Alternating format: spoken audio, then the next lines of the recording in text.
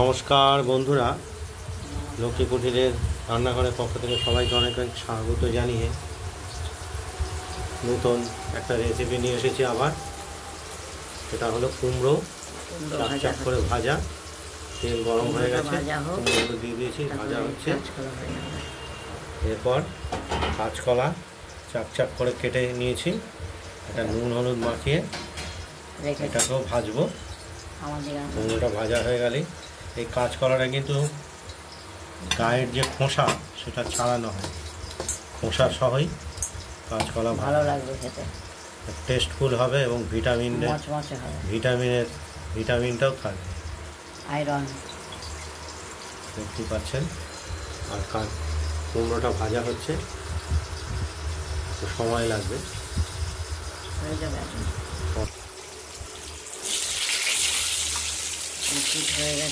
কুমড়ো গরম গরম ভাজা গরম ভাতের সঙ্গে একদম দারুণভাবে জমে যাবে। কলাই ডাল, পোস্ত, কুমড়ো ভাজা আর কাঁচকলা ভাজা। আজকে তো আইটেম অন্যরকম করেছে, আলু পোস্ত প্লাস ভাজা কলাইয়ের ডাল এবং কুমড়ো ভাজা আর কাঁচকলা ভাজা। এগুলোই আজকের দিনের খাওয়ার রেসিপি। কুমড়োগুলো ভাজা হয়ে গেছে, একে একে আমরা তুলে নেবো। নরম হয়ে গেছে।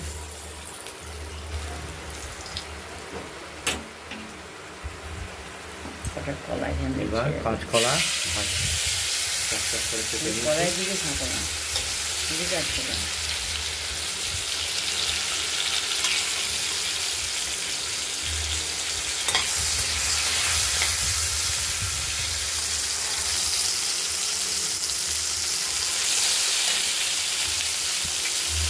এই কাঁচকলা চাক করে কেটে নিয়েছি ঠিকই, কিন্তু খোসা কিন্তু বাদ দেওয়া হয়।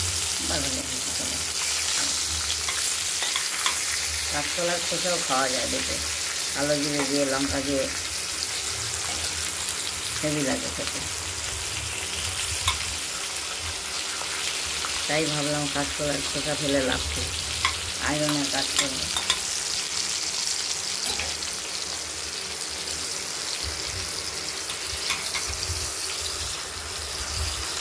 দেখতে সময় লাগবে। কলা ভাজাও হয়ে গেছে, কাঁচকলা ভাজাগুলো হয়ে গেছে, নিভিয়ে দিলাম ওভেন। আপনারা বাড়িতে ট্রাই করে আমাদের একটু কমেন্টস করবেন। কমেন্টস করলে পরে আমরা পরবর্তী রান্নার আইটেম দেখানোর উৎসাহ পাই। আর আমাদের